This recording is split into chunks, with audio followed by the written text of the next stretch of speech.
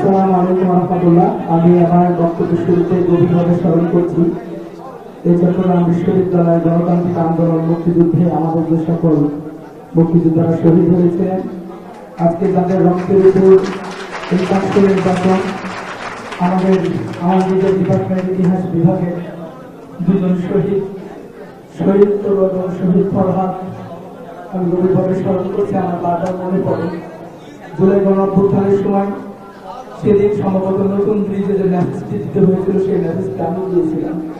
সেই মেসেজের হয়তো ওয়াদা পালন করতে যে সেদিন তরুণ শহীদ হয়েছিল।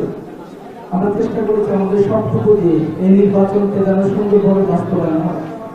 আমরা যে কমিটমেন্ট দিয়েছি এই বিজয় আমাদের বিজয় নয়, এই বিজয় চট্টগ্রাম বিশ্ববিদ্যালয়ের 28,000 শিক্ষার্থীর বিজয়। এই বিজয়ের মধ্য দিয়ে আমরা আমাদের এই বিশ্ববিদ্যালয়কে সবাইকে সাথে নিয়ে সামনের দিকে এগিয়ে নিতে চাই। আমরা বলতে চাই, আমরা যদি কখনো ভুল পথে যাই, যদি মনে হয় সমালোচনা করার প্রয়োজন, আপনার বাক স্বাধীনতা রয়েছে, অবশ্যই সমালোচনা করবেন এবং এই সমালোচনায় যেন আমাদেরকে পথ দেখায়।